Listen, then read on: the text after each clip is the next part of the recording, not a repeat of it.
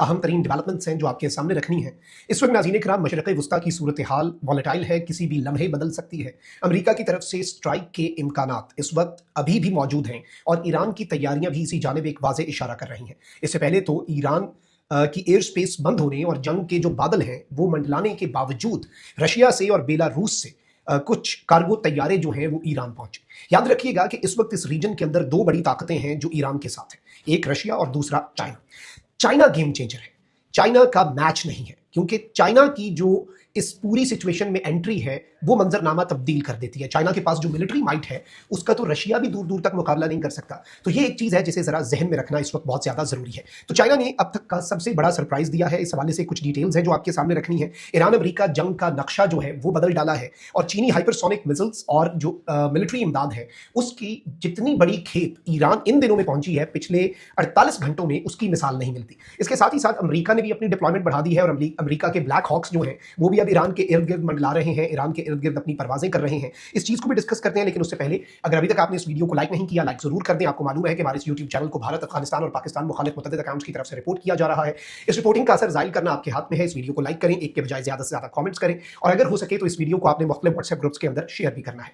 नाज़रीन किराम, सबसे इंपॉर्टेंट चीज जो है, जो सबसे पहले समझना इस वक्त जरूरी है, वो समझते हैं। इस वक्त ईरान जो है वो मुकम्मल तौर पर इस वक्त जिस तरह से सिचुएशन को लेकर चल रहा है, ईरान को पता है कि ईरान पर हमला होना है और अब तो एक अमेरिका के साबिक सफीर जो इसराइल में अमेरिका के सफीर रहे हैं वो ये बात कर चुके हैं कि भाई ईरान के सुप्रीम लीडर को कत्ल करना मकसद है। ईरान के सदर ने भी स्टेटमेंट दी, बल्कि अभी ईरान की जो पार्लियामेंट है उसके स्पीकर मोहम्मद बाकिर, उन्होंने कहा है कि सुप्रीम लीडर आयतुल्लाह ख़ामनाई तनहा नहीं, वो ईरानी कौम की जान है। ईरान में पुरतशद्दुद मुजाहिरों के बाद अमेरिकी सदर ट्रंप की जानिब से ईरान में क़यादत की तब्दीली से मुतल्लिक़ बयानात पर ईरानी पार्लियामेंट के स्पीकर ने कहा कि हालिया मुजाहिरे 12 रोज़ा जंग का तसलसल थे जिन्हें अमेरिकी सदर की मुदाखलत ने भड़काया। मोहम्मद बाकिर ने अमेरिकी सदर ट्रंप को मुखातिब करते हुए कहा कि ईरान की अजीम और बहादुर कौम सुप्रीम आयतुल्लाह ख़ामनाई की क़यादत में आपको और आपके इत्तेहादियों को ज़िल्लत का मज़ा चखाएगी। इससे कबल ईरानी सदर जो है उन्होंने भी कहा था कि ईरान के रहबर आला पर कोई भी हमला हुआ तो उसके बाद फिर एक स्मॉल स्केल या लिमिटेड वॉर नहीं बल्कि एक फुल स्केल वॉर की तरफ बढ़ा जाएगा। और उन्होंने कहा है कि उनके जो सुप्रीम लीडर है ईरान के, वो एक रेड लाइन है और इतनी बड़ी रेड लाइन है कि वो सिर्फ एक पॉलिटिकल पर्सनालिटी नहीं बल्कि वो एक रिलीजियस और स्पिरिचुअल लीडर भी है और जो लोग हैं वो रिलीजियसली भी उनके साथ अटैच्ड है। तो इसीलिए अमेरिका अगर ऐसा कोई एडवेंचरिज्म करता भी है उसके बाद की सूरत हाल, क्या ईरान के अवाम जो है वो अमेरिका को उसका रिस्पॉन्स नहीं देंगे और क्या अमेरिका के लिए ईरान वेनेजुएला ही होगा कि बस आया, ऑपरेशन किया और उन्होंने सरेंडर कर दिया। वहां पर आइडियोलॉजी नहीं थी, लेकिन यहां पर आइडियोलॉजिकली बहुत कुछ डिफरेंट है। इस चीज को भी समझना जरूरी है। ईरान वेनेजुएला नहीं है और वेनेजुएला के आसपास उस रीजन के अंदर अमेरिका के अलावा कोई बड़ी मिलिट्री पावर नहीं थी। लेकिन अब यहां पर आप देख लें कि ईरान जो है, अब इवन जो ईरान ने पिछले कुछ दिनों में किया, उस पर आने से पहले मैं अमेरिका की तैयारियां आपके सामने रख देता हूं।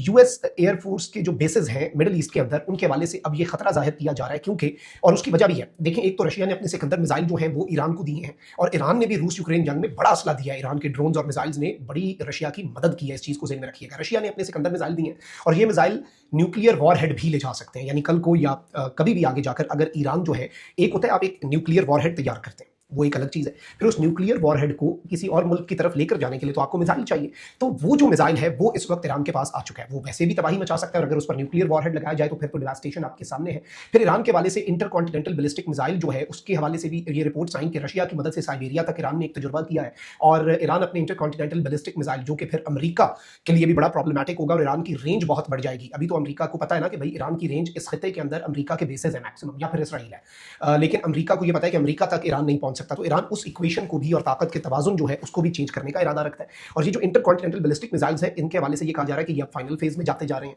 इस सब के अंदर मैं आपको ये बता दूं कि अब अमेरिका जो है वो अपने मिडिल ईस्ट के बेसिस के ऊपर ये खबरें आ रही हैं और यूएस एयरफोर्स जो है वो ये कंसिडर कर रही है नेशनल सिक्योरिटी को बुनियाद बनाकर कि न्यूक्लियर कैपेबल जो मिसाइल्स हैं, जिनका नाम है मिनुटमैन 3 मिसाइल, ये इनका एक मिसाइल है जो कि न्यूक्लियर वॉरहेड भी ले जा सकता है। और ये किसके लिए? ईरान, रशिया और चाइना, इन तीनों को काउंटर करने के लिए अमेरिका अपने न्यूक्लियर वॉरहेड्स ले जाने वाला जो मिसाइल है उसे अपने मिडिल ईस्टर्न बेसिस के ऊपर डिप्लॉय करने का सोच रहा है। यानी ये मिसाइल्स यहाँ पर रेडी हों, डिप्लॉयड हों और यहाँ से अगर कोई बड़ा काम होता है और चीज़ें आगे को चलती हैं फिर मामला जो है वो आगे ले जाया जाए। इसके साथ ही साथ नाज़रीन किराम, अमेरिका के जो ब्लैक हॉक्स हैं वो इस वक्त स्पॉट किए गए हैं और ये यूनाइटेड स्टेट्स आर्मी जो है उसके बगदाद के अंदर मौजूद ये जंगी हेलीकॉप्टर्स हैं and they have been spotted spotted near Iranian border, Iran का जो बॉर्डर है, ईरान इराक बॉर्डर। और मैंने वैसे भी पहले भी आपको बताया, अमेरिका का बहरी बेड़ा एयरक्राफ्ट कैरियर जो है, it is also on its way. वो भी बहुत तेज़ी से बढ़ता जा रहा है इसी तरफ को, और चीज़ें जो है वो अब बड़े ही एक मुख्तलिफ अंदाज में आगे चलेंगी। तजिया भी हमारा ये है और हमारी अंडरस्टैंडिंग भी यही है कि यूनाइटेड स्टेट्स जो है वो या तो इराक वाली साइड से आएगा, और उसमें भी अमेरिका जो है वो वहाँ के मकामी इराकी कुर्दिस्तान के मलेशियाज़ को, उनके कमांडोज को इस्तेमाल कर सकता है ग्राउंड ऑफेंसिव के लिए। अगर फौजें घुसानी पड़ी तो अमेरिका अपनी नहीं घुसाएगा, क्योंकि ऑब्वियसली अमेरिका अपना डिफेंस पहले देखता है। फिर अमेरिका अपने इन बेसिस को तो खाली करे, लेकिन यूएस नेवी जो है वो एयरक्राफ्ट कैरियर से अपनी स्ट्राइक्स करे, वहाँ से फाइटर जेट्स परवाज भरें और जाकर ईरान के ऊपर कार्रवाई करें। और दूसरा, सबमरीन्स जो हैं उनके जरिए क्रूज मिसाइल्स जो हैं वो ईरान के ऊपर किए जाएं। ईरान को इस चीज़ का पता है। लेकिन अब ये याद रखिएगा कि ईरान जो है उसके लिए जो पिछली 12 रोज़ा जंग थी वो एक सरप्राइज थी। वो उसमें एक बहुत बड़ा सरप्राइज एलिमेंट जो है वो एग्जिस्ट करता था, सरप्राइज एलिमेंट जो है वो मौजूद था। लेकिन अब नाज़रीन इकराम मैं आपको ये बता दूं कि ईरान ने भी अपनी तैयारी की होगी ऑब्वियसली, और अभी इसराइल ने ये कहा है कि हमें 1-2 हफ्ते चाहिए अपने इंटरसेप्टर मिसाइल और अपने एयर डिफेंस को तैयार करने के लिए। तो इसराइल अपने इंटरसेप्टर मिसाइल्स का जो स्टॉक पाइल है उसे तैयार कर रहा है, जखीरे को। तो ईरान भी अपनी कोई तैयारी कर रहा होगा। इस सबके अंदर जो स्टारलिंक के इंटरनेट के साथ हुआ, सैटेलाइट इंटरनेट के साथ, वो चाइना के मिलिट्री ग्रेड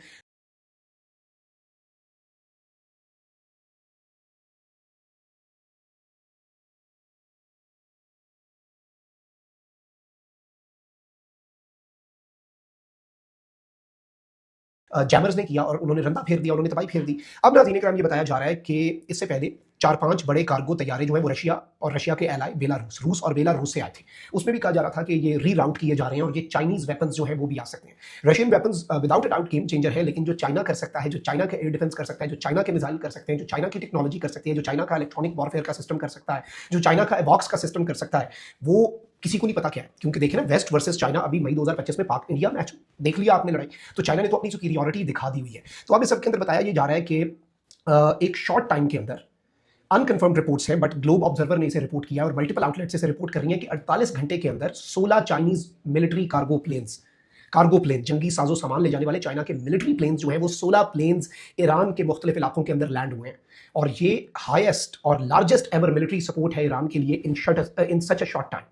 इतने छोटे से टाइम फ्रेम के अंदर, इतने कम टाइम के अंदर इससे बड़ी मिलिट्री सपोर्ट जो है वो इससे पहले आज तक नहीं देखी गई। तो इस सब के अंदर चाइना जो है, अपीयरेंटली ये लग रहा है कि चाइना इस जंग का नक्शा बदलने जा रहा है। और चीन का ये अब तक का सबसे बड़ा सरप्राइज है, चाइना के हाइपरसोनिक मिसाइल और जो मिलिट्री इमदाद है, फिर इवन रशिया के जो मिसाइल है वो भी हम देख रहे हैं। तो लेट्स सी चीज़ें किस तरफ को जाती हैं, लेकिन अभी तक की ये डेवलपमेंट्स थी जो आपके सामने रखना जरूरी थी। अपना बहुत ख्याल रखें। अल्लाह निगहबान। पाकिस्तान।